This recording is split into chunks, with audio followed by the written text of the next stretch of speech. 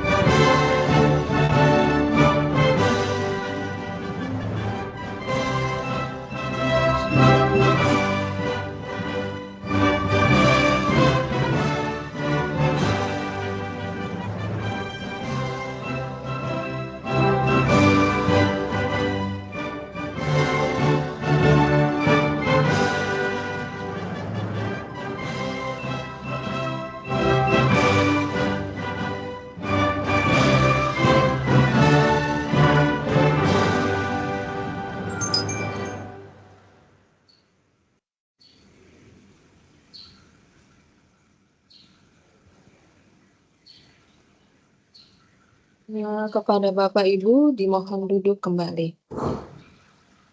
Baiklah Bapak Ibu, agar acara kita mendapat berkah, maka ada baiknya kita akan membacakan doa terlebih dahulu.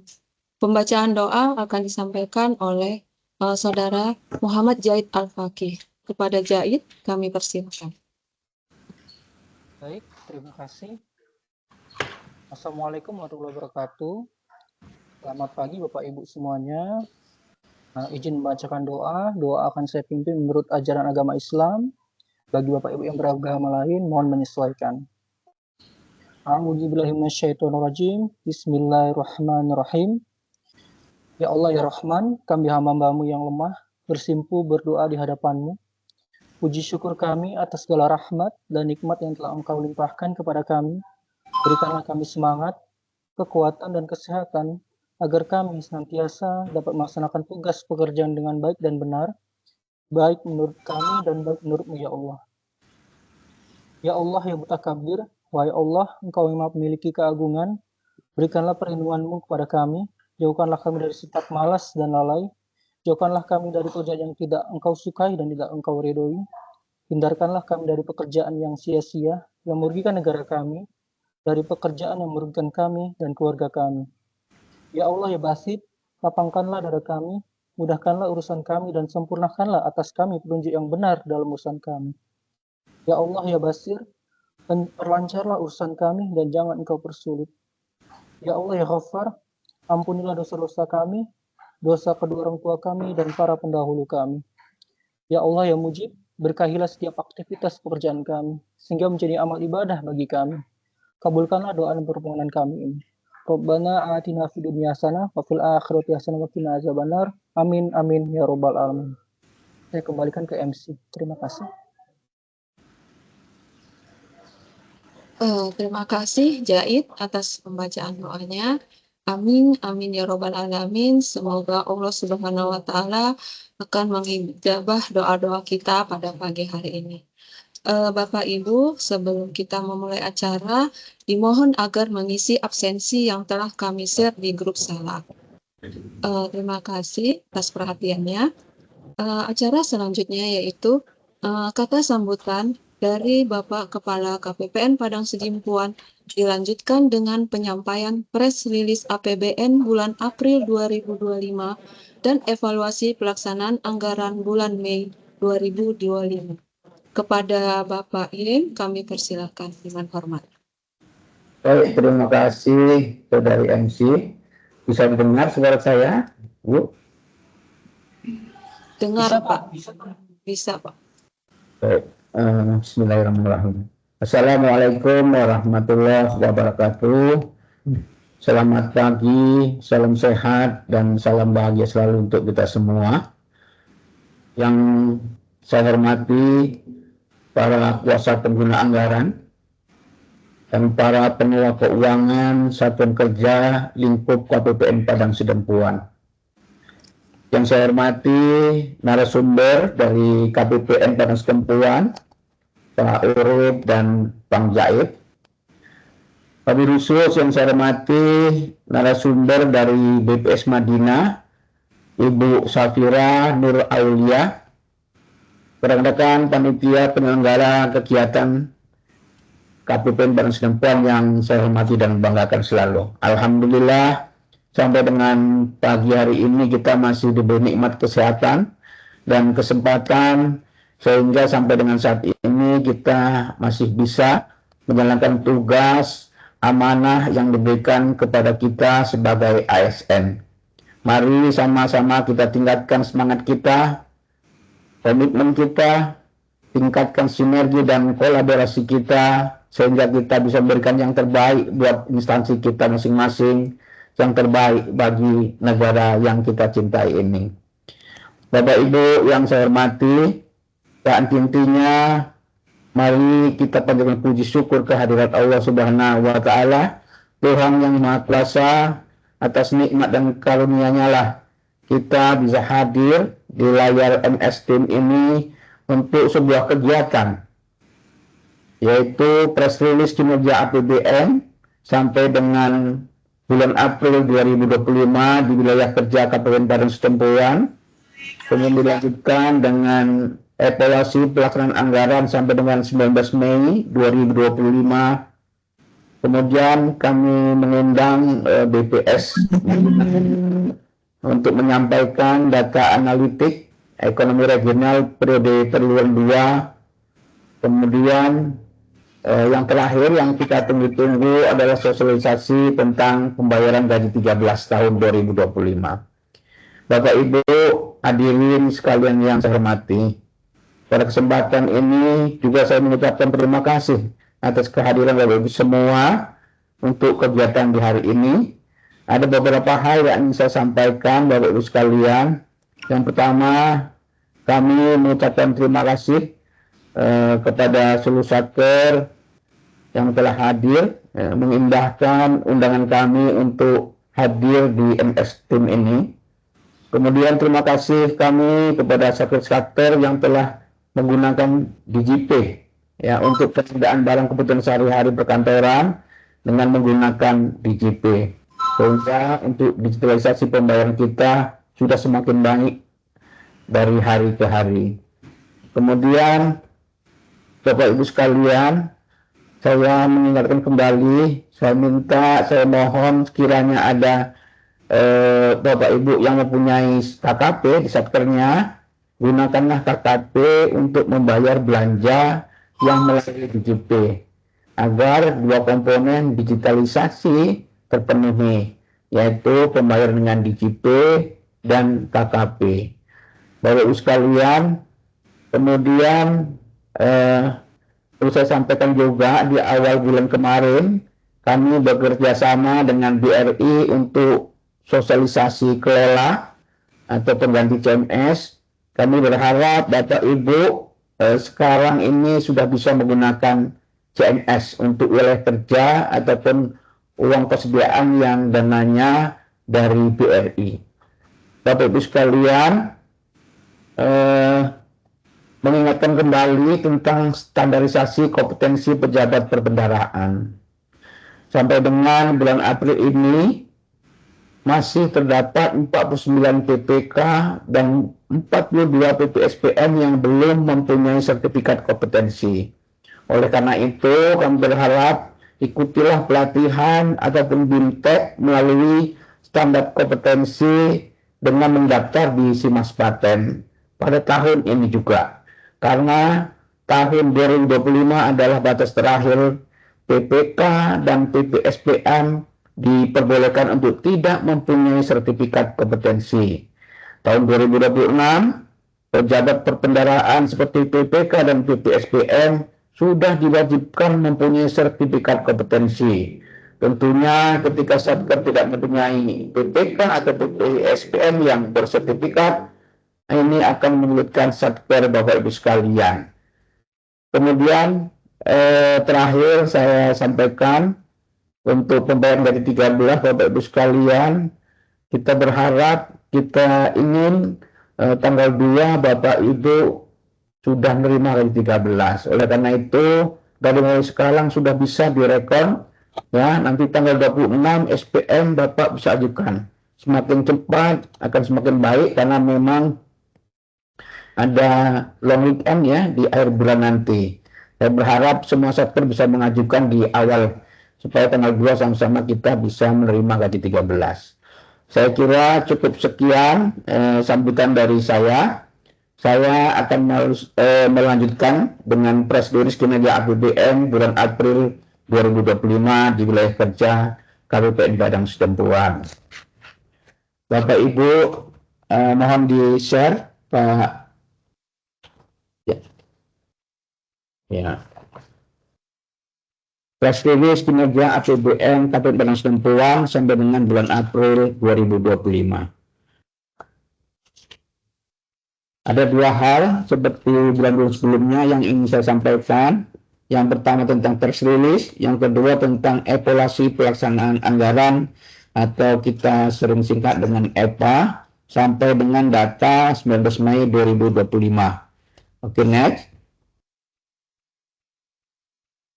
Press release kinerja APBN bulan April 2025.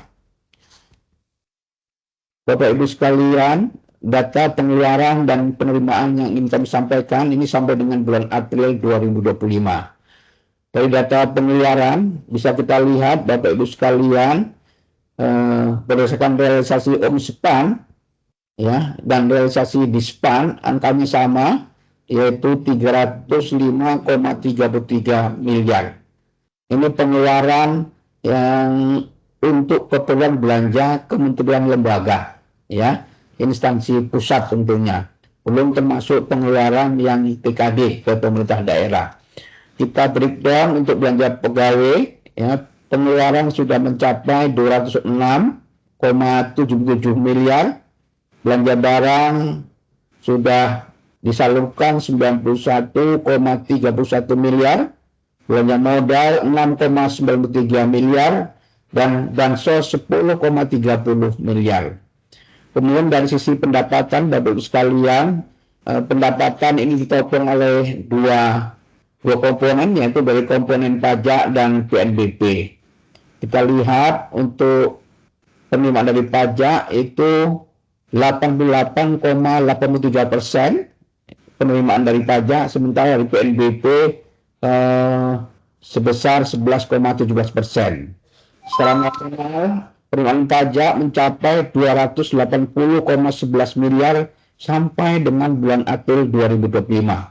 Kemudian penerimaan PNBP 35,21 miliar, dan total penerimaan yang tercatat di Kabupaten Sidempuan 315,32 miliar.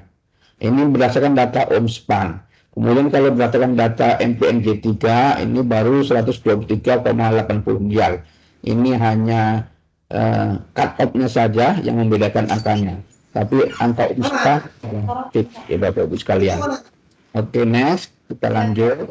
Kegiatan apaan? Kegiatan Kemudian negara atau lembaga realisasi sampai dengan 30 April 2025.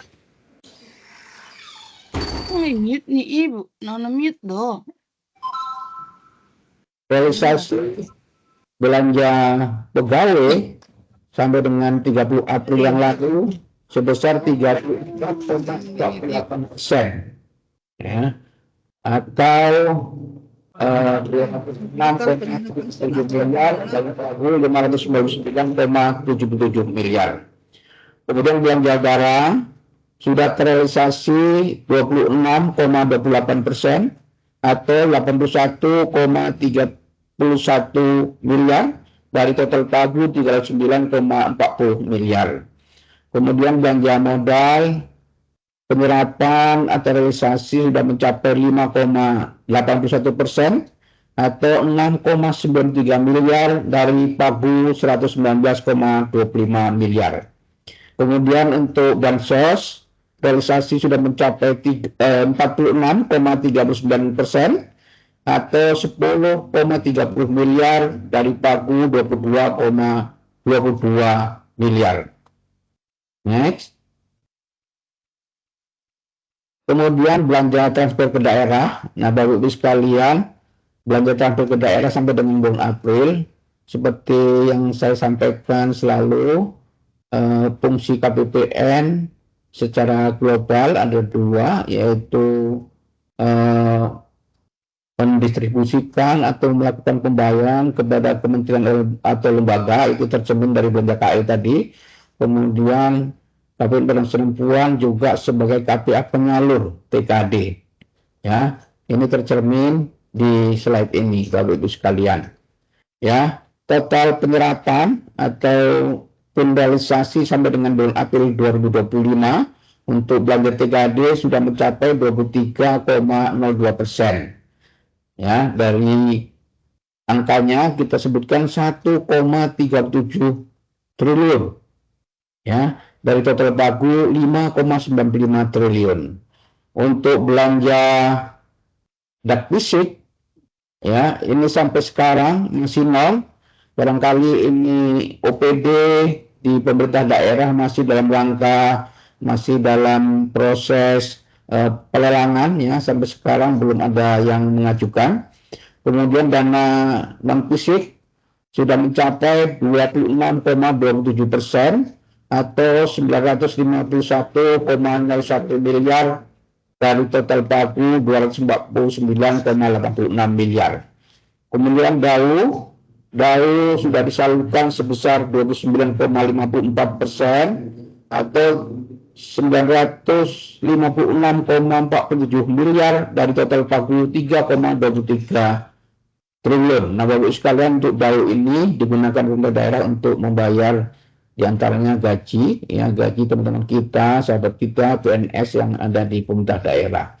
Kemudian dana DID ini sudah disalurkan 16,55%, yaitu 3,65 miliar dari total pagu 22,09 miliar.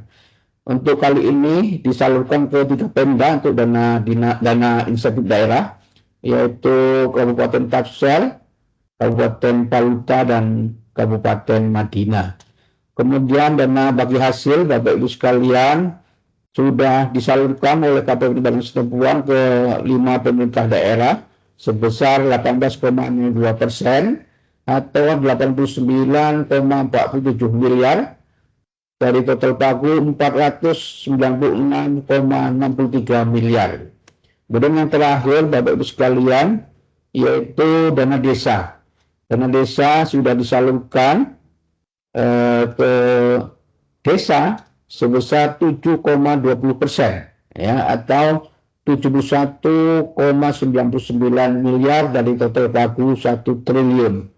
Bapak Ibu sekalian, untuk dana desa ini tahap pertama terakhir tanggal 16 Juni. Teman-teman Pemda untuk menyampaikan ke KPPN Sempuan dokumen dan persyaratannya. Bapak Ibu sekalian, dari 6 komponen alokasi dana ini untuk dak fisik, dak non fisik, DAU dan DID, DBH juga, ya. Ini disalurkan oleh KPPN Sempuan berdasarkan rekomendasi, ya, rekomendasi dari DJPK.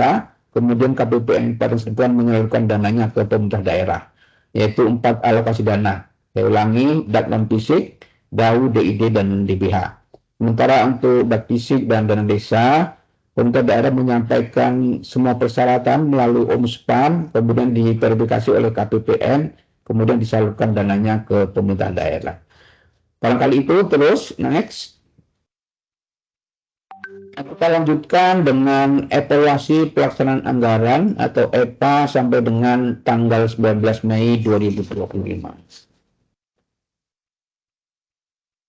Bapak Ibu sekalian, saya sampaikan evaluasi pelaksanaan anggaran perbandingan penyerapan bulan Mei 2024 dengan bulan Mei 2025. Dengan evaluasi ini kita berharap Bapak Ibu tahu nanti apa yang harus dilakukan, apa yang harus ditinjau dengan evaluasi ini. Ya, kita lihat di sisi sebelah kiri slide Bapak Ibu sekalian, dari sisi persentase penyerapan anggaran triwulan 2 sampai dengan Mei 2024 mencapai 44,10%. Sementara penyerapan anggaran triwulan 2, ya, sampai dengan Mei 2025 baru mencapai 34,65%. Ini menunjukkan kinerja penyerapan tahun 2024 sampai dengan Mei 2024 masih lebih baik daripada triwulan 2 sampai dengan 19 Mei 2025. Masih ada gap negatif sebesar 9,45%. Kemudian kita beralih ke sisi slide sebelah kanan. Dari sisi nilai nominal atau nilai rupiah penyerapan anggaran. Perbandingan penyerapan anggaran per jenis belanja triwulan 2 sampai dengan bulan Mei 2024 dengan penyerapan anggaran per jenis belanja triwulan 2 sampai dengan 19 Mei 2025. Untuk penyerapan belanja pegawai, ya. Nah, sampai dengan akhir Mei 2024, penyerapan anggaran belanja pegawai sudah mencapai 264,37 miliar. Sementara yang warna hitam ya Bapak Ibu sekalian, sementara sampai dengan 19 Mei 2025, penyerapan belanja pegawai baru mencapai 246,08%. Baru mencapai 246,08 miliar. Mudah-mudahan ini bisa dikejar dengan adanya pembayaran gaji 13 nanti. Kemudian untuk penyerapan belanja barang sampai dengan akhir Mei 2024 mencapai 237,48 miliar. Sementara sampai dengan 19 Mei 2025 penyerapan anggaran belanja barang baru mencapai 101,86 miliar. Kemudian penyerapan belanja modal sampai dengan akhir Mei 2024 mencapai 55,45 miliar. Sementara sampai dengan Mei atau sampai dengan 19 Mei 2025 penyerapan belanja modal baru mencapai 7,06 miliar. Kemudian sampai dengan 19 Mei 2025 belanja bansos atau 57 menjadi satu-satunya jenis belanja yang penyerapannya satu-satunya jenis belanja yang penyerapannya melampaui penyerapan tahun 2024. Kita lihat penyerapan belanja 57 atau belanja bansos sampai dengan akhir Mei 2024 mencapai 8,23 miliar. Sementara sampai dengan 19 Mei 2025 penyerapan belanja bansos atau 57 sudah mencapai 10,31 miliar. Sebuah capaian kinerja yang sangat baik sekali. Terima kasih untuk dua sektor wilayah kerja Kabupaten Padang Sedampuan, yaitu UIN Syahada dan STAIM Madinah. Dari slide ini menunjukkan bahwa kinerja penyerapan tahun 2025 baik dari sisi persentase maupun nilai nominal atau nilai rupiah mengalami penurunan kinerja penyerapan anggaran dibanding tahun lalu, yaitu 2024.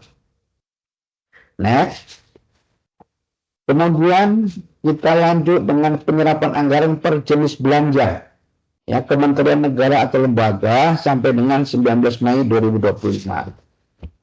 Jenis belanja pegawai satu-satunya yang telah mencapai target belanja, sementara belanja barang, belanja modal, bansos belum mencapai target triwulan 2. Belanja pegawai sudah realisasi sebesar 246,08 miliar atau 100% dari total target triwulan 2, yaitu 238,84 miliar. Belanja barang sudah realisasi sebesar 101,86 miliar atau 83% dari total target triwulan 2, yaitu 122,95 miliar. Belanja modal sudah realisasi sebesar 7,06 miliar atau 32% dari total target triwulan 2, yaitu 22,19 miliar. Dan terakhir, belanja bansos sudah terrealisasi sebesar 10,31 miliar atau 93% dari total target triwulan 2, yaitu 11,11 miliar. Kemudian kalau kita berhitung per jenis belanja, Bapak Ibu sekalian, lihat diagram, warna hitam adalah pagu halaman 3 juta triwulan 2 tahun 2025. Kemudian warna hijau target triwulan 2, warna biru tua realisasi sampai dengan 19 Mei, sedangkan garis merah menunjukkan persentase gap antara realisasi sampai dengan 19 Mei 2025 dengan target penyerapan anggaran triwulan 2 tahun 2025. Ya. Kemudian garis biru muda ini menunjukkan gap antara realisasi penyerapan anggaran sampai dengan 19 Mei 2025 dengan pagu halaman 3 DIPA yang telah Bapak Ibu rencanakan di DIPA masing-masing. Kita mulai dari jenis belanja 51 atau belanja pegawai. Ini tercatat pada pagu halaman 3 DIPA triwulan 2 sebesar 316,69 miliar. Realisasi sampai dengan 19 Mei 2025 sebesar 246,08%. Sehingga masih dibutuhkan sekitar 70,6 miliar lagi agar realisasi bisa menyamai RPD halaman 3 DIPA. Ini berharap dapat ditutupi oleh gaji 13 dan gaji bulan Juni nanti. Kemudian kalau dilihat dari pencapaian target belanja pegawai atau 51 triwulan 2, ya, ini 238,84 miliar targetnya. Ya, realisasi sampai dengan 19 Mei 2025 sebesar 246,08 miliar.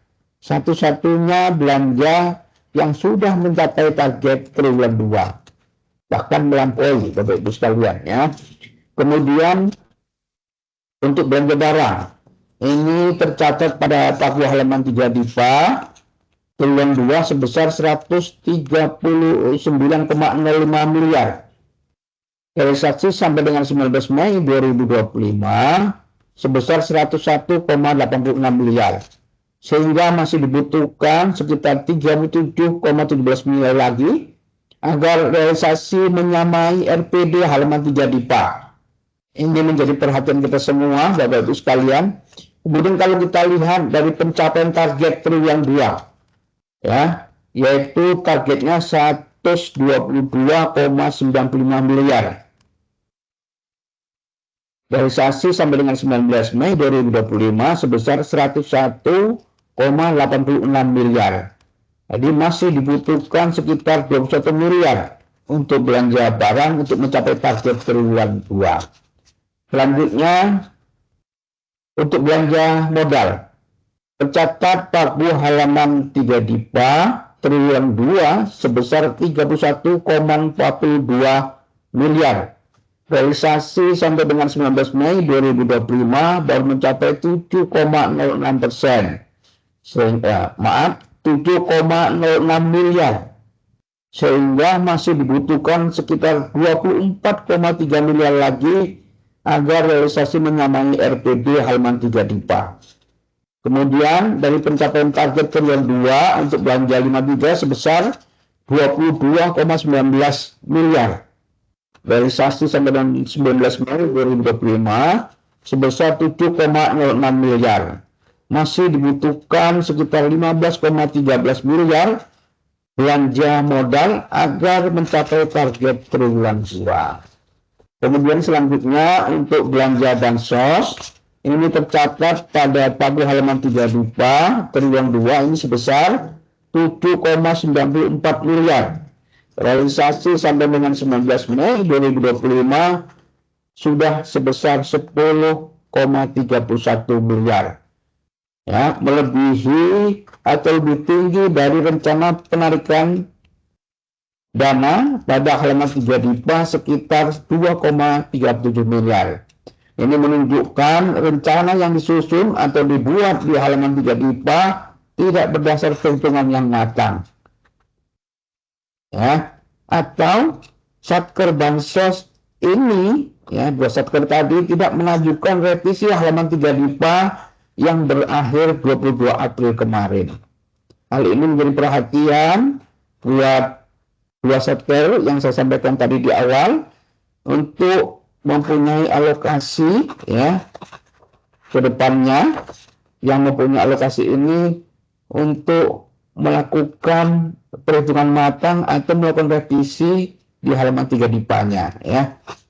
Kemudian kalau kita lihat dari pencapaian target triwulan 2 untuk belanja 57 atau belanja bansos itu sebesar 11,11 miliar.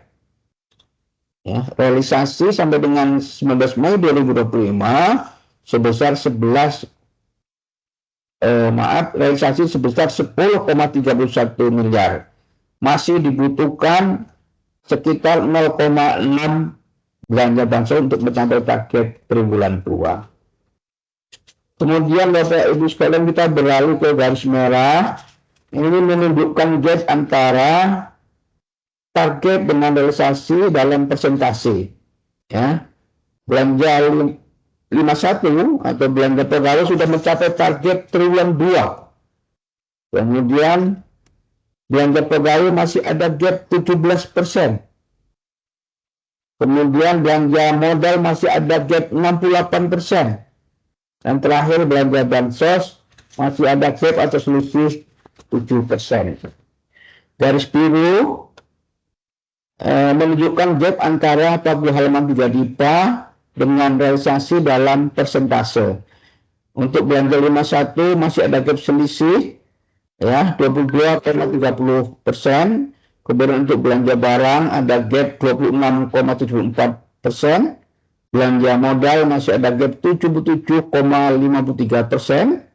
Dan belanja bansos sudah melampaui target sebesar 29,85%.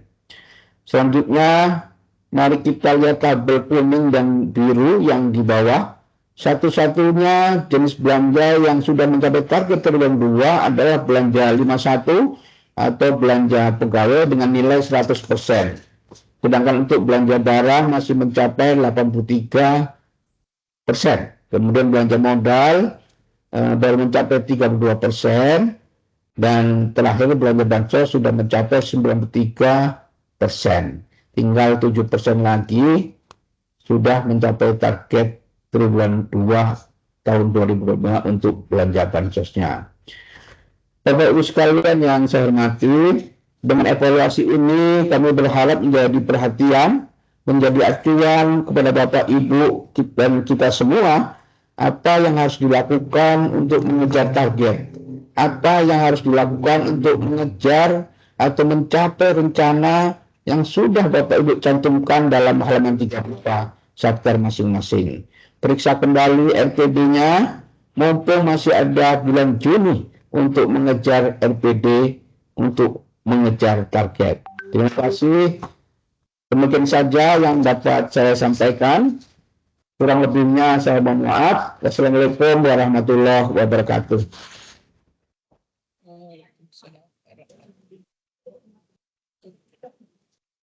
Terima kasih kepada Bapak Iyeng yang telah memberikan sambutan hangatnya dan telah menyampaikan press release APBN bulan April tahun 2025 dan evaluasi pelaksanaan anggaran bulan Mei 2025. Baik Bapak Ibu yang berbahagia, kegiatan selanjutnya adalah asistensi pelaporan keuangan Satker atas penerbitan surat pemberitahuan pengenaan sanksi atau surat pemberitahuan pencabutan pengenaan sanksi yang akan disampaikan oleh Saudara Muhammad Zaid Al-Faqih. Kepada Zaid, kami persilakan. Baik, terima kasih. Izin Bapak Ibu share materinya. Baik, saya lanjutkan dengan materi terkait dengan pengenaan sanksi. Namun sebelumnya kita membicarakan terkait dengan pelaksanaan rekonsiliasi ya Bapak Ibu ya. Pelaksanaan rekonsiliasi eksternal periode April sampai dengan November tahun 2025 Bapak Ibu. Nah, ini sudah dimulai kembali ya. Seperti biasanya di tiap tahun nantinya akan ada periode rekonsiliasi. Nah, sehubungan dengan hal tersebut ya, ini sesuai dengan Perlapan ya, Perlapan 2023 tentang tata cara monitoring kualitas data laporan keuangan, rekonsiliasi dan penyampaian laporan keuangan pada kementerian negara atau lembaga. Di sini ada jadwal-jadwalnya Bapak Ibu, mohon izin.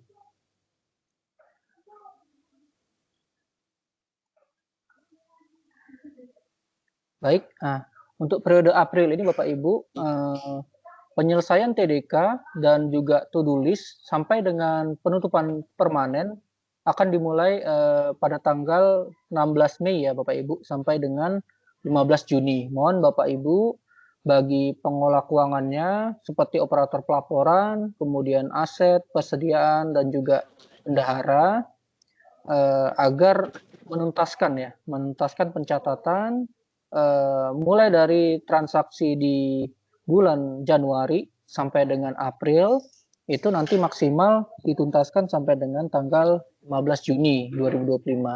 Akan tetapi nanti Bapak Ibu jangan mepet-mepet nih untuk menyelesaikannya karena nanti kan posisinya ketika Bapak Ibu mencatat itu nanti tidak langsung masuk datanya ya, data pencatatannya sudah selesai atau belum itu tidak langsung masuk ke Mensakti ya. Nah, itu nanti ada namanya proses OLAP ya Bapak Ibu. Seperti itu. Nah, nanti proses OLAP ini memakan waktu biasanya. Nah, memakan waktunya itu sebanyak 6 jam ya.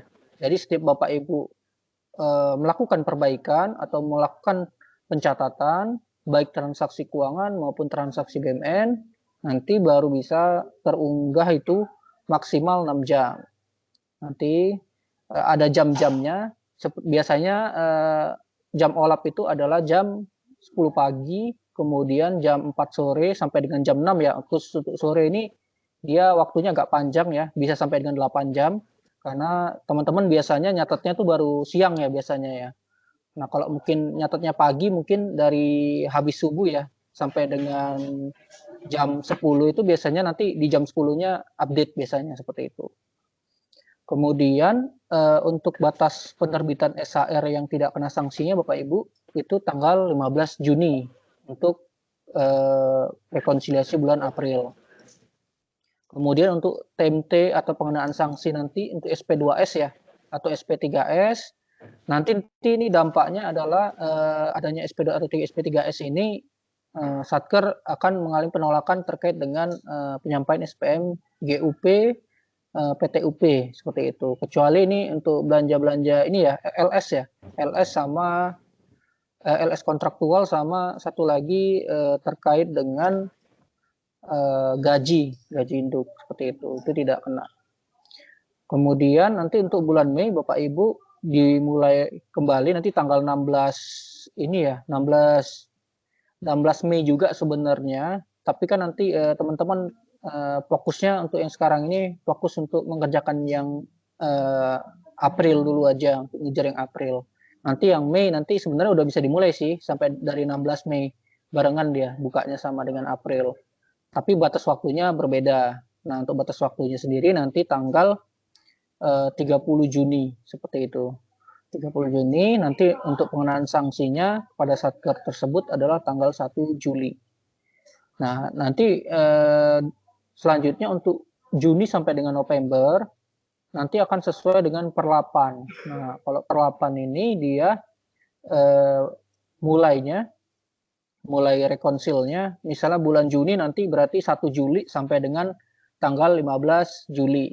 Di situ nanti nggak kena sanksi, cuma 15 hari ya Bapak Ibu. Nanti di tanggal 16 Julinya baru kena sanksi. Jadi 15 hari biasanya. Ini sesuai dengan perlapan. Nah, untuk satuan kerja ini memang disarankan dan diharapkan dia untuk memantau status hasil rekonsiliasi. Nah, di sini khususnya terkait dengan penerbitan SHR. Nah, ini SHR dapat diterbitkan apabila tidak terdapat TDK rupiah dan TDK COA atau terdapat TDK namun mendapat persetujuan KPPN berdasarkan ketentuan yang berlaku. Nah, mungkin ini perlu digarisbawahi bahwa TDK ini akan hilang apabila Bapak Ibu menyelesaikannya tidak mepet-mepet tepat waktu Bapak Ibu. Jadi biasanya kalau itu yang tidak hilang itu TDK-nya memakan waktu ya, itu biasanya baru diselesaikan mungkin H-2 atau H-1 ya. Nanti biasanya itu butuh persetujuan dari KPPN karena biasanya OLAP-nya cukup lama di situ untuk transaksi tersebut. Kemudian untuk yang to-do list ini diselesaikan sampai dengan periode 4 ya atau April, dari Januari sampai dengan April Bapak Ibu. Kemudian untuk SHR ini baru terbit apabila sudah tutup permanen Bapak Ibu. Nah, ini baru bisa terbit SHR-nya. Jadi jangan lupa untuk permanennya. Apabila Bapak Ibu sudah mencatat semua transaksi, terus dilihat di Monsakti tidak ada to-do list lagi, atau misalnya Bapak Ibu bisa lihat biasanya gambar piala ya, nah seperti itu. Nah, pada sudah itu nanti silakan ditutup buku untuk periode Aprilnya. Nah, kemudian untuk di sini ada terkait juga dengan Satker likuidasi atau ini juga ada ininya apa namanya tata caranya ya, nanti disesuaikan dengan PMK ya, Pak 8 2017. Dan kemudian saya lanjut dengan monitoring ini Bapak Ibu ya terkait dengan penyampaian laporan keuangan audited kita yang WAKPA ya. Nah, di sini masih tertera Bapak Ibu ada 4 satker lagi yang belum menyampaikan yaitu dari Lapas Padang Sidempuan, Lapas kelas 3 Kota Nopan, Lapas kelas 3 Gunung Tua dan Stame Tai Godang. Nanti mohon disampaikan segera Bapak Ibu ya bagi satker bersangkutan. Sebisa mungkin di minggu ini sudah diunggah ya untuk surat pengantarnya. Kemudian untuk calegnya agar dikirimkan ke email KPPN. Emailnya itu kppnsidempuan@gmail.com. Kemudian untuk kan ada 10 satker ya tinggi temuannya, ada 10 satker yang mengalami keterlambatan, 6 satker lainnya sudah mengunggah ya surat pengantarnya ke aplikasi Monsakti seperti itu. Alhamdulillah sudah disampaikan, tinggal 4 lagi. Jadi nanti untuk menjadi perhatian bagi Bapak Ibu untuk menyampaikan surat pengantar tepat waktu seperti itu. Jadi nanti bagi Bapak Ibu penyusun laporan keuangan, petugas AI-nya ya, sebelum membuat caleg mohon segera disampaikan dulu untuk surat pengantarnya. Nanti untuk calegnya silakan disusulkan lewat email ya Bapak Ibu, sehingga tidak terlupa ya untuk mengunggah ke Monsaktinya seperti itu. Mungkin itu saja yang bisa saya sampaikan. Saya kembalikan ke MC. Terima kasih Bapak Ibu. Terima kasih Jait atas penyampaian asistensi pelaporan keuangan Satker atas penerbitan SP2S atau SP3S. Jadi Bapak Ibu mohon dukungannya untuk rekonsiliasi eksternal periode April dan Mei tahun 2025 agar bisa terbit SHR dan agar tidak terbit SP2S dari KPPN Padang Sidimpuan ketika SHR tidak terbit. Baik Bapak Ibu yang berbahagia, acara kegiatan selanjutnya adalah penyampaian data analitik ekonomi regional periode triwulan 2 tahun 2025 yang akan disampaikan oleh Ibu Safira Nur Aulia, Sarjana Terapan Statistik. Kepada Ibu Aulia, kami persilakan dengan hormat. Baik, terima kasih kepada Bu Sri udah dikasih kesempatan untuk menjelaskan tentang perkembangan inflasi dan IPH di Kabupaten Mandailing Natal. Sebelumnya perkenalkan, nama saya Safira Naulia dari BPS Kabupaten Mandailing Natal. Sebelumnya suaranya terdengar jelas ya? Terdengar, Ibu. Baik, boleh di next.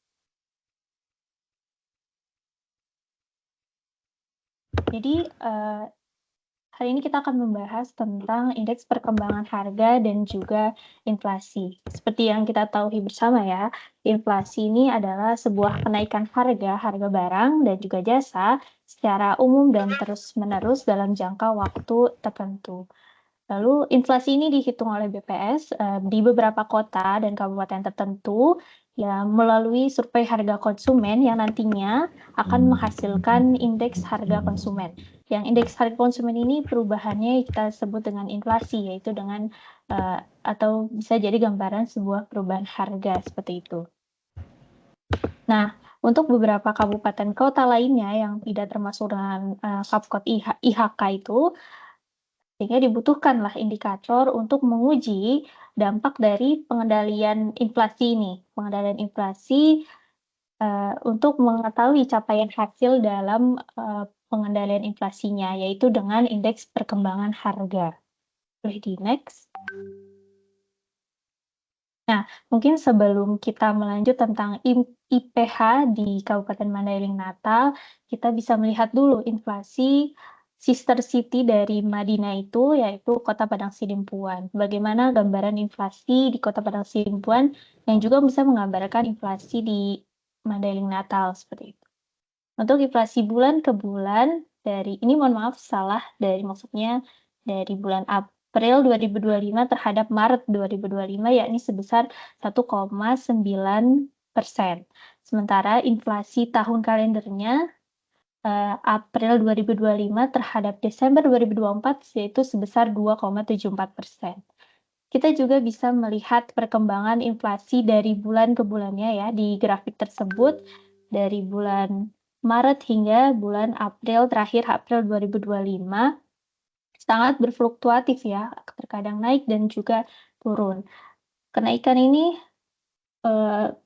itu tertinggi bisa terjadi di April 2025 yakni sebesar 1,9%. Padahal sebelumnya pernah turun di Februari 2025 yakni sebesar turun jadi minus 0,26%. Ya seperti itu dan angka tersebut sudah lebih tinggi gitu ya dibandingkan Sumatera Utara. Nah, perkembangan inflasi dari bulan ke bulan ini kita bisa lihat andil inflasi tertingginya yaitu ada di perumahan, air, listrik, dan bahan bakar rumah tangga ya ini sebesar 0,92%. Yang selanjutnya kemudian disusul andil inflasi tertingginya juga ada di makanan, minuman, dan tembakau ya sebesar 0,63%. Seperti itu. Boleh di next.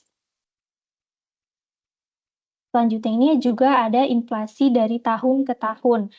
April 2025 terhadap April 2024, yakni sebesar 2,64%.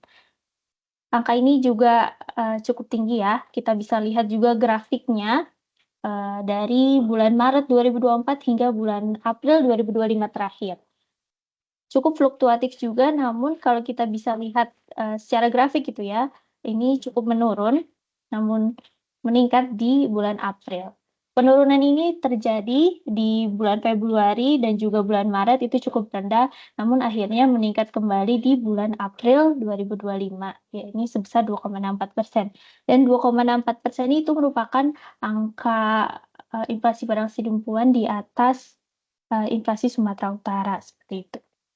Kita juga bisa melihat perkembangan inflasi beberapa sektor gitu ya. Ternyata andil inflasi terbesar itu ada di makanan, minuman, dan juga tembakau di angka 1,27 seperti itu. Boleh di next. Selanjutnya kita akan bahas tentang indeks perkembangan harga. Oke, jadi seperti yang dijelaskan tadi bahwasanya inflasi juga capaian inflasi ini juga dibutuhkan pada beberapa kabupaten dan kota lain yang tidak menghitung IHK, sehingga dibutuhkan untuk pengendalian inflasi daerah, seperti yang dijelaskan di Kemendagri, arahan Presiden menunjuk Menteri Dalam Negeri sebagai pembina Pemda dalam upaya pengendalian inflasi daerah. Boleh di next? Selain itu juga, di Pemda ada tim pengendalian inflasi daerah yang diketuai oleh Kementerian Koordinator Bidang Perekonomian, sehingga angka IPH ini menjadi indikator penilaian keberhasilan pengendalian inflasi di daerah. Boleh next. Dan juga Kementerian Keuangan sebagai indikator kinerja pengendalian inflasi daerah dalam rangka pemberian insentif fiskal. Boleh di next. Lantas sebenarnya apa itu IPH? IPH ini merupakan indeks yang menggambarkan perkembangan harga bahan pangan. Nah, ini merupakan proksi inflasi yang telah dijelaskan tadi, khususnya inflasi di bahan pangan akan menggunakan perubahan IPH seperti itu. Lalu bagaimana IPH atau perubahan harga itu diukur? Perubahan harga yaitu dengan cara perubahan harga pada minggu ke M. Ini merupakan rata-rata harga komoditas dari hari Senin minggu pertama hingga Jumat minggu ke M. Nanti dibandingkan dengan rata-rata harga bulan sebelumnya. Referensi waktu IPH itu dihitungnya mingguan, jadi data itu bisa dihasilkan mingguan. Satu minggu itu dari Senin sampai Jumat dan tidak termasuk hari libur nasional. Boleh di next. Nah, ini adalah 20 komoditas pangan yang diukur dalam indeks perubahan harga. Ada dari beras, minyak goreng, susu bubuk, hingga jeruk. Gitu. Boleh next. Lalu mengapa 20 komoditas tadi? 20 komoditas tersebut sejalan dengan gerakan nasional dalam pengendalian inflasi pangan. Jadi ada komoditas-komoditas yang menjadi prioritas dalam gerakan nasional pengendalian inflasi pangan tersebut.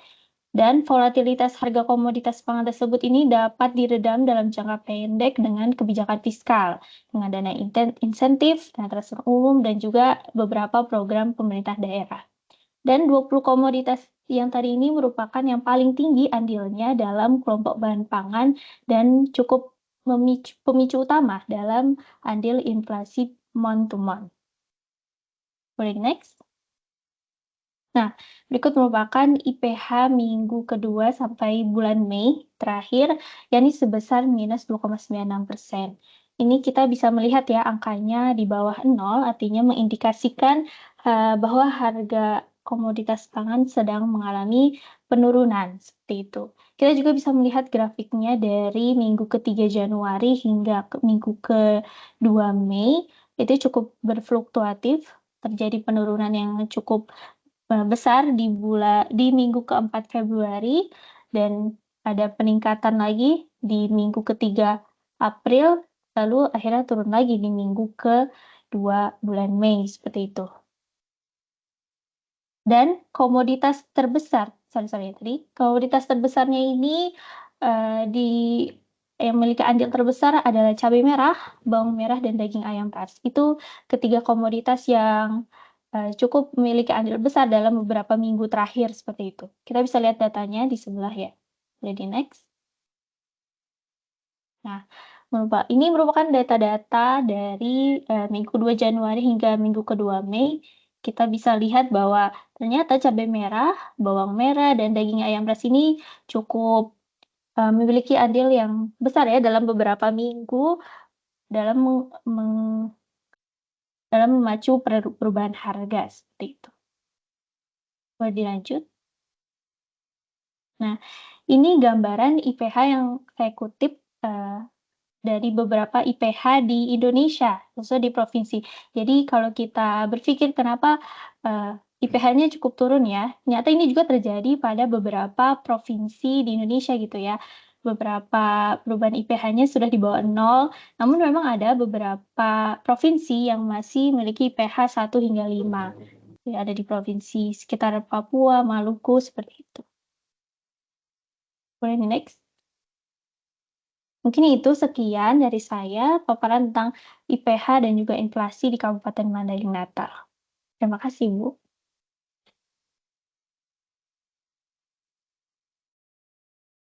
Terima kasih kepada Ibu Omira yang telah menyampaikan indeks perkembangan harga dan inflasi di Kabupaten Mandailing Natal. Acara selanjutnya yaitu sosialisasi pembayaran gaji ke-13 tahun 2025 yang akan disampaikan oleh Bapak Urip Sanoto. Kepada Bapak Urip, kami persilahkan dengan hormat. Baik, Assalamualaikum warahmatullahi wabarakatuh. Suara saya kedengaran, Bapak Ibu? Kedengaran. Terima kasih Bu Ning atas waktunya. Yang pertama yang kami hormati Bapak Ieng selaku Kepala KPN Padang Sidempuan, Ibu Safira Nur Aulia dari BPS Madinah, narasumber kita, kemudian Bang Jaid, narasumber dari seksi edukasi terlaporan keuangan, Bapak Ibu pengelola keuangan, Satker, Mitra Kerja KPN Padang Sidempuan. Terima kasih Bapak Ibu telah menghadiri undangan kami. Ini adalah pertemuan kita yang kesekian kalinya yang terpaksa harus kita lakukan dengan media daring karena memang diharuskan kita harus lebih banyak menggunakan media daring. Namun begitu kami harapkan ini tidak mengurangi semangat dan antusias Bapak Ibu untuk menimba ilmu baru. Bapak Ibu, seperti yang kita ketahui bersama, di pertengahan tahun ini kita akan mendapatkan tambahan rezeki.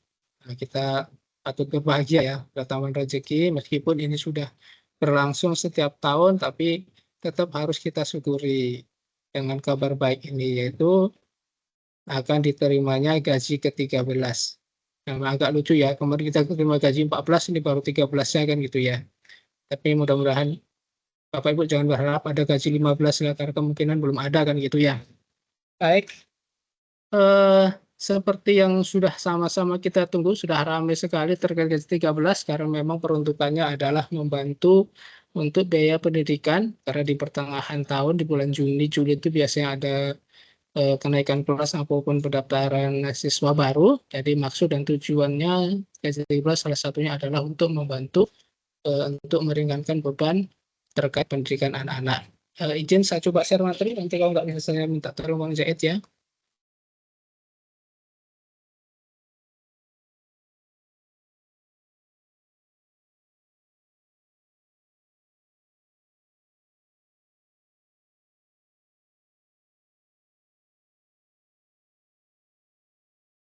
Kelihatan Bapak Ibu?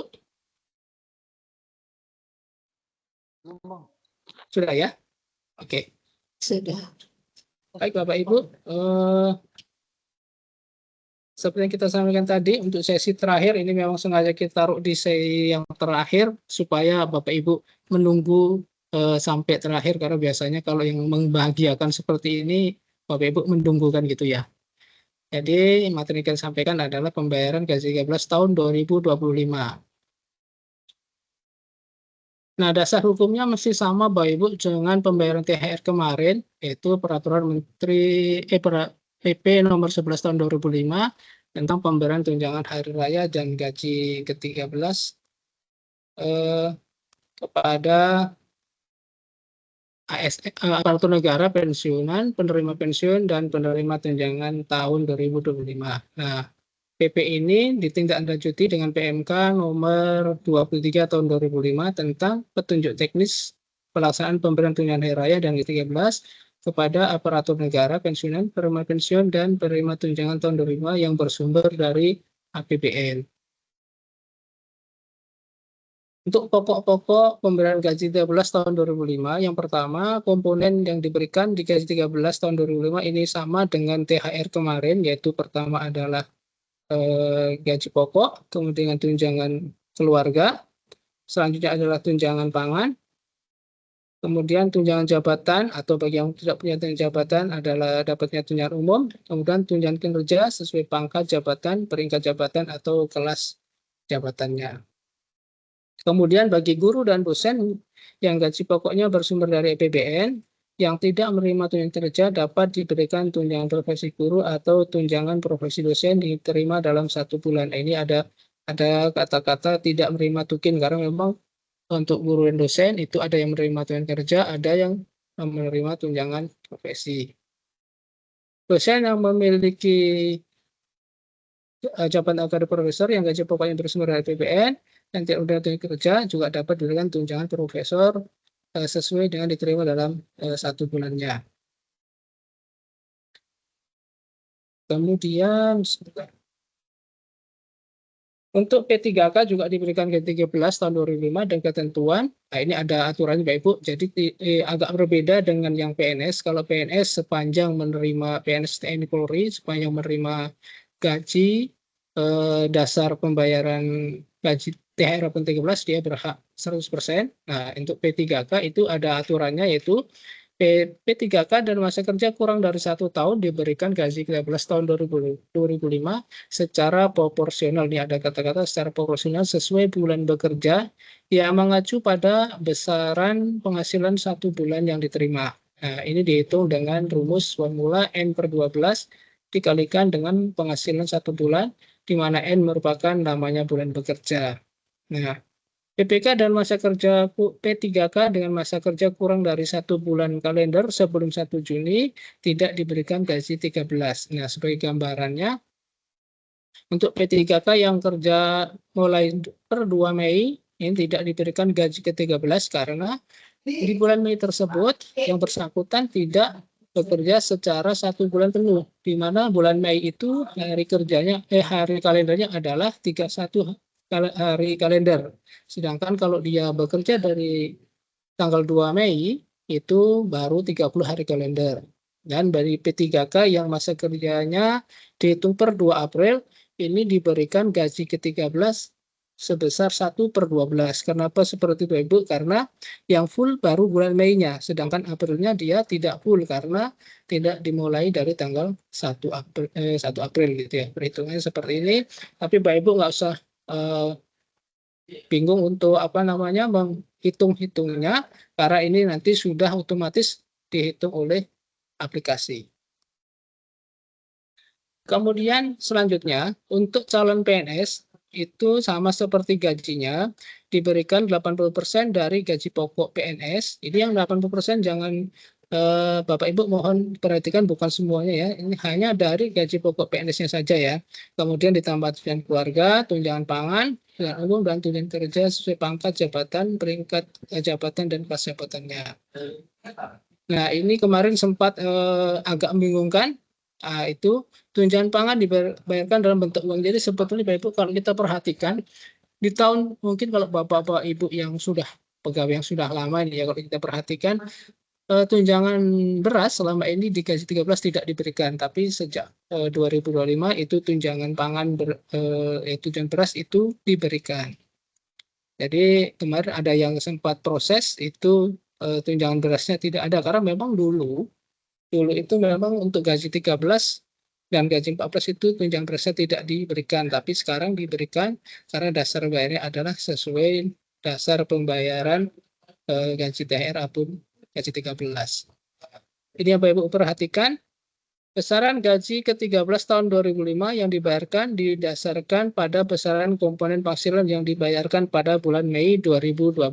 Jadi intinya semua yang mendapatkan penghasilan bulan Mei 2025, efek itu gaji induk maupun gaji susulan maupun yang gaji terusan, sepanjang menerima penghasilan bulan Mei maka berhak gaji ke-13 tahun 2025.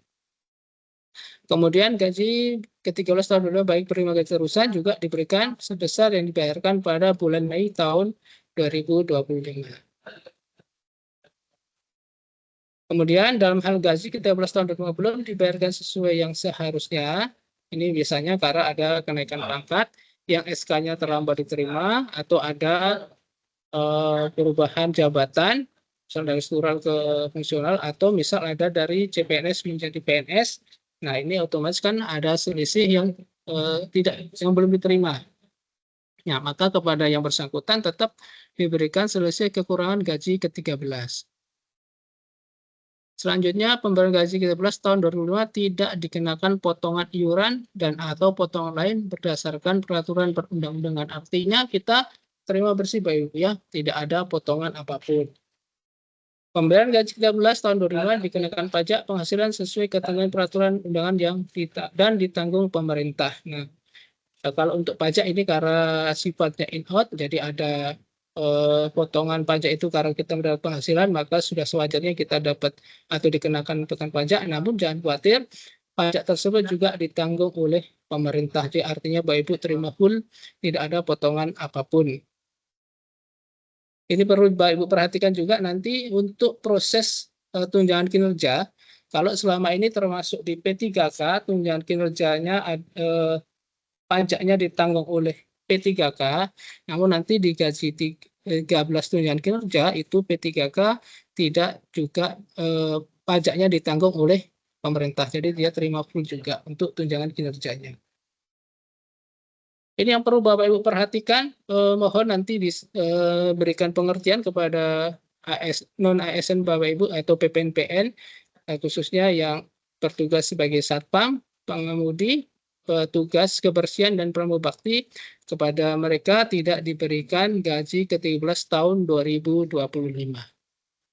Nah, dalam hal ada satuan kerja atau eselon 1 yang menyatakan berdasarkan PP itu ada bunyi dapat dan atau itu juga diberikan ke ASN, mohon nanti berkoordinasi dengan eselon 1-nya untuk memastikan apakah diberikan atau tidak apabila memang ada perintah untuk memberikan. Selanjutnya kita langsung masuk ke tata cara pembayaran gaji 13. Yang pertama terkait dengan proses perhitungan atau rekonsiliasi gaji ke-13 tahun 2005. Itu ada aturannya. Yang pertama, rekon gaji ke-13 sudah dapat dilaksanakan mulai tanggal 19 Mei 2025. Nanti sudah dari sejak hari Senin kemarin, Bapak Ibu sudah bisa melakukan rekon gaji menggunakan aplikasi gaji versi terbaru.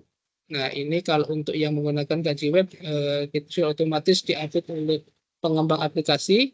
Sedangkan bagi Bapak Ibu yang masih membayarkan menggunakan aplikasi gaji desktop, khususnya untuk TNI, Polri, dan P3K, silakan unduh terlebih dahulu update aplikasi GPP ataupun BPP dan DPP desktopnya. Dalam rangka memperlancar proses rekonsiliasi gaji ke-13, proses perhitungan gaji ke-13 komponen tunjangan kerja agar dilakukan setelah proses perhitungan gaji ke-13 komponen gaji selesai dilakukan. Ini mohon perhatiannya Bapak Ibu.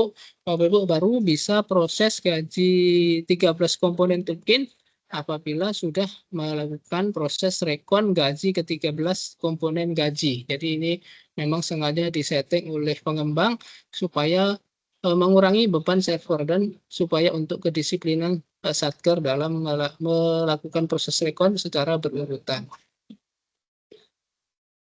Dan perlu Bapak perhatikan juga di aplikasi gaji web sekarang apabila Bapak Ibu mengirimkan data rekon gaji untuk anak Satker yang sama itu tidak bisa diajukan secara bersamaan, harus menunggu satu dulu, satu disetujui KPPN, baru Bapak Ibu baru bisa mengajukan kirim ADK gaji selanjutnya. Hal ini untuk mengurangi beban server karena berdasarkan pengalaman yang terjadi apabila dikirimkan bersamaan itu seringkali terjadi double ADK gaji di Sakti. Nah, ini yang merepotkan juga karena harus diulangi lagi. Jadi sekarang ada kebijakan rekon gaji dilaksanakan untuk anak satker yang sama itu satu persatu. Satu studi KPPN baru bisa kirim gaji lainnya. Sebagai panduan pengujian gaji ke-13, Bapak Ibu dapat mengunduh petunjuk operasional dan manual penggunaan gaji aplikasi gaji satker, aplikasi gaji PPP DPP, aplikasi PPNBN atau untuk komisioner serta tunjangan kerja di s.id s.id gaji satker ya. Jadi silahkan dicek di s.id gaji satker Bapak Ibu ya. Termasuk untuk update yang aplikasi desktop. Kemudian terkait dengan pengajuan SPM gaji 13 tadi sudah disampaikan oleh Bapak Ieng, Kepala Kabinete Sentuhan, bahwasanya untuk SPM meskipun rekonnya sudah bisa dimulai sejak tanggal 19, namun SPM gaji 13 tahun 2005 baru dapat diajukan ke KPPN mulai tanggal 26 Mei 2025. Jadi Bapak Ibu mohon untuk pengajuan SPM-nya bersabar, kita selesaikan dulu rekon gajinya, nanti di tanggal 26 baru bisa mengajukan SPM-nya.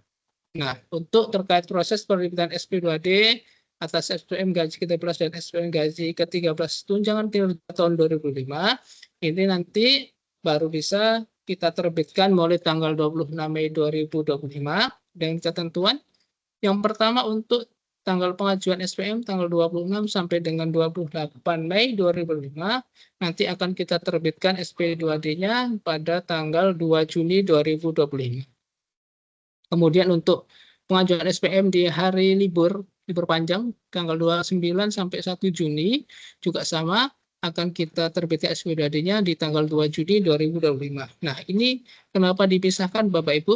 Karena maksudnya adalah untuk yang hari libur ini kita untuk penerimaan SPM-nya tentu saja menunggu persetujuan dari Kanwil Perpendaan. Kalaupun nanti ternyata di KPPN Sidempuan di tanggal 26 sampai 28 Mei itu SPM-nya sebagian besar sudah masuk atau bisa dibilang sudah 80% sudah masuk, kemungkinan di tanggal 29 sampai Juni untuk pembukaan pelayanan nanti akan kita mungkin akan dipertimbangkan kembali apakah masih perlu kita buka layanan untuk pengajuan SPM di tanggal 29 sampai Juni. Kita menunggu nanti Bapak Ibu ya. Makanya di sini kita pisahkan tanggal 26 sampai 28 dan 29 sampai 1 Juni. Karena di 29 sampai 1 Juni itu adalah hari libur. Kemudian untuk pengajuan SPM di tanggal 2 Juni 2005 dan seterusnya nanti tanggal SP2D-nya itu tanggal aktual atau sesuai kapan KPPN prosesnya. Kemudian pada SPM gaji 13 tahun 2005 termasuk untuk pembayaran kekurangan, terusan, dan susulan gaji 13 tahun 2005 dibuat dengan menggunakan just dokumen sebagai berikut. Ini memang sengaja dibuat karena untuk menghindari ada salah-salah SPM. Nanti kalau ada SPM ada potongan untuk yang gaji 13 tidak akan segera ketahuan. Makanya dibedakan untuk jenis SPM-nya. Yang pertama untuk SPM gaji ke-13 komponen gaji PNS TNI Polri nanti menggunakan kode SPM atau jenis SPM 261. Untuk pembayaran gaji 13 komponen gaji pokok, tunjangan keluarga, tunjangan pangan dalam bentuk uang, dan atau tunjangan jabatan atau tunjangan umum. Kemudian untuk SPM gaji ke-13 P3K nanti menggunakan jenis SPM 262. Untuk SPM gaji ke-12 PPNBN, mohon diperhatikan PPNBN di sini adalah yang tadi yang sifatnya komisioner dan lain-lain, bukan termasuk yang satpam, sopir, dan pramubakti, yaitu menggunakan jenis SPM 264. Kemudian SPM gaji ke-13 tunjangan kinerja nanti menggunakan jenis SPM 269, yaitu untuk pembayaran gaji ke-13 komponen tunjangan kinerja. Selanjutnya untuk dasar pembayaran itu sudah otomatis nanti pada waktu proses PP itu harus memilih Undang-Undang APBN 25 dan DIPA Satker berkenaan. Untuk uraian mohon diperhatikan untuk uraian SPM gaji ke-13 tahun 2005 urainya cukup pembayaran gaji ke-13 tahun 2025 untuk sekian pegawai atau anggota Polri. Kemudian untuk komponen tunjangan kinerja, nanti urainya adalah pembayaran gaji ke-13 tunjangan kerja tahun 2025 untuk sekian pegawai atau anggota Polri. Jadi kalau nggak salah ini sudah otomatis ya dari aplikasi, nggak usah diedit, nanti Bapak Ibu tinggal menambahkan jumlah pegawainya saja dan menghilangkan anggota Polri atau prajurit TNI mana yang dibutuhkan. Untuk aparatur negara yang pensiun, ini mohon diperhatikan Bapak Ibu, bisa disampaikan nanti kepada Bapak Ibu, apabila pensiunnya TMT 1 Mei 2025, maka yang bersangkutan diberikan gaji ke-13 pensiun. Karena dia TMT 1 Mei sudah pensiun, maka tidak terima gaji 13 lagi. Karena di bulan Mei juga tidak terima gaji, tapi sudah terima pensiun, maka terimanya adalah gaji ke-13 pensiun oleh PT Taspen atau PT Asabri. Nah, terkait tunjangan kinerja, karena yang bersangkutan masih berhak tunjangan kinerjanya, maka untuk bulan Mei ya, masih gaji ke-13 tunjangan kerja dibayarkan oleh Satker berkenaan. Nah, sedangkan apabila yang bersangkutan TMT 1 Juni 2025 pensiunnya, maka masih dibayarkan gaji ke-13 tahun 2005 oleh Satker yang berkenaan.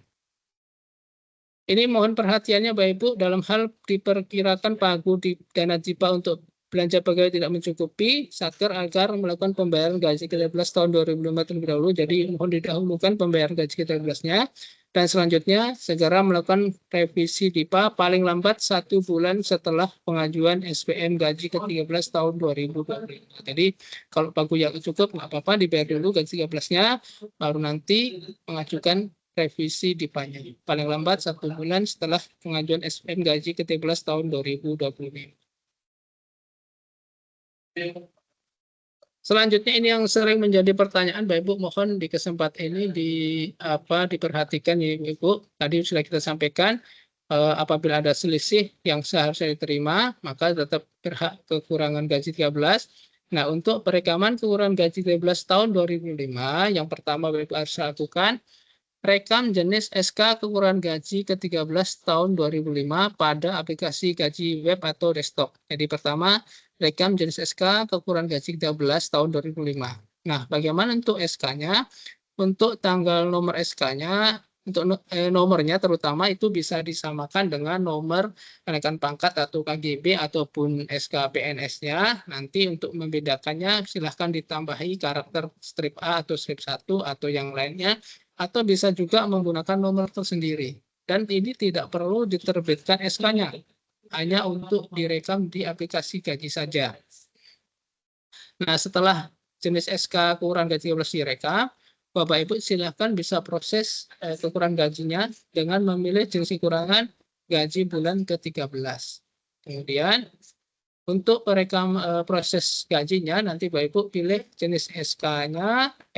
Yang pertama SK baru pilih SK kurang gaji 13, kemudian SK lamanya dipilih dengan SK yang SK KP atau KGB sebelum SK KP atau KGB terakhir, atau apabila kekurangannya karena menjadi PNS, maka SK lamanya Bapak Ibu pilih SK CPNS. Untuk isian bulannya, baik SK lama maupun SK baru pilih bulan Mei, jadi sama-sama bulan Mei. Kemudian setelah itu Bapak Ibu proses perhitungan gaji.